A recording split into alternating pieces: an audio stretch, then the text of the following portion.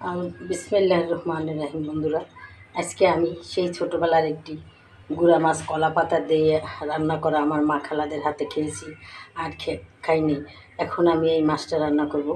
সেই জন্য দেখেন গুঁড়া মাছ, চাপিলা মাছ আরও নানান রকম মাছ কেটে ধুয়ে পরিষ্কার করে নিয়েছি। এখন এর মধ্যে লাগবে এই যে রসুন থেতো করে দিয়েছি। আমি গুঁড়া মাছে আদা দিই না বন্ধুরা, বড় মাছ ছাড়া ছোটো মাছে আমি আদা দিই না। আর এই দেখো মরিচ, হলুদ, ধনিয়া, জিরা অল্প অল্প করে সব রেখেছি। আর আমি এখানে পরিমাণ মতো লবণও দিয়েছি। সরিষার তেল দিয়ে মাছটা রান্না করব। এখন আমি মাছটা মেখে নেব, তারপর পাতায় দেবো, তোমাদের দেখাবো। অনেক দিন এই মাছটা রান্না করার আমার আশা ছিল, কলা পাতা পাই না, তাই আমি রান্না করতে পারি না। তাহলে আজকে আমি কলা পাতা জোগাড় করেছি। আজকে আমার মেয়ের বাসায় আসছি ঢাকায়, ওখানে ওদের পাশে কলা গাছ আছে, তাই আমি সেটা দিয়েই আজকে করব। আমি পেস্ট করছি কাঁচামরিচ দিয়ে দেবো এখন, এই যে, আর ধনিয়া পাতাটাও দিয়ে দেবো, এই যে দিয়ে আরেকটু মেখে নেব সুন্দর করে।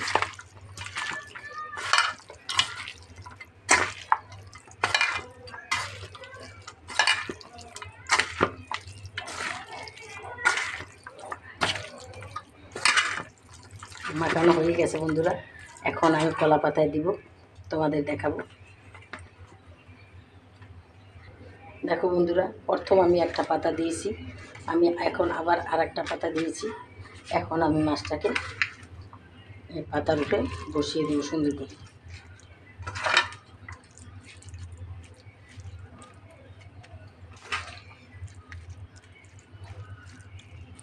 নদীর মাছ, ছোট ছোট মাছ, এগুলো নদীর মাছ।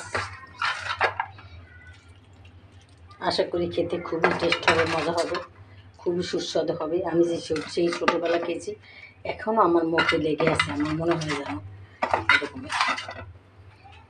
আমি আরেকটু কাঁচা সর্ষের তেল দিয়ে দিই এখানে।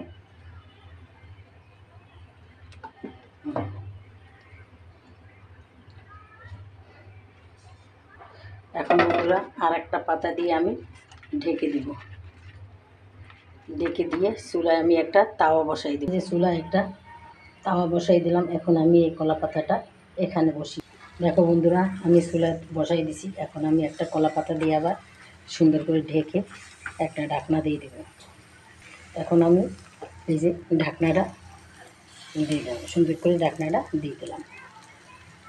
নর্মাল আছে, মাঝারি আছে, এটা আমি আস্তে আস্তে করে ভেজে নেব। দেখো বন্ধুরা, আমার মাছটা এই পিসটা এই পাশ ফ্রাই হয়ে গেছে। এখন এই পিঠটা কাগজটা পুড়ছে, এখন আমি উল্টিয়ে দিই। দেখো বন্ধুরা, এই পিঠটা এখন আমি উল্টিয়ে দিয়েছি, এই কাগজটা পুড়ে গেছে। এখন আমি কাগজটা ফেলে দিয়ে নতুন করে আর একটা কাগজ দিয়ে দিব, তাহলে আমি চুলার উঠে আবার বসিয়ে দিই। এখন এই এই এই কাগজটা আমি তুলে দেব। দেখো বন্ধুরা, কত সুন্দর আমার মাছটা ভাজা হচ্ছে কলা পাতায়।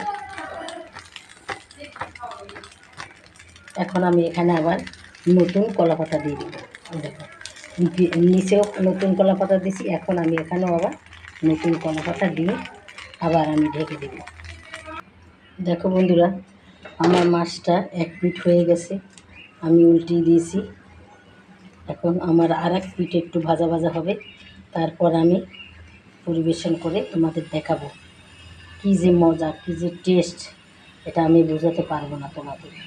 তোমরা এভাবে করে খেয়ে দেখবা।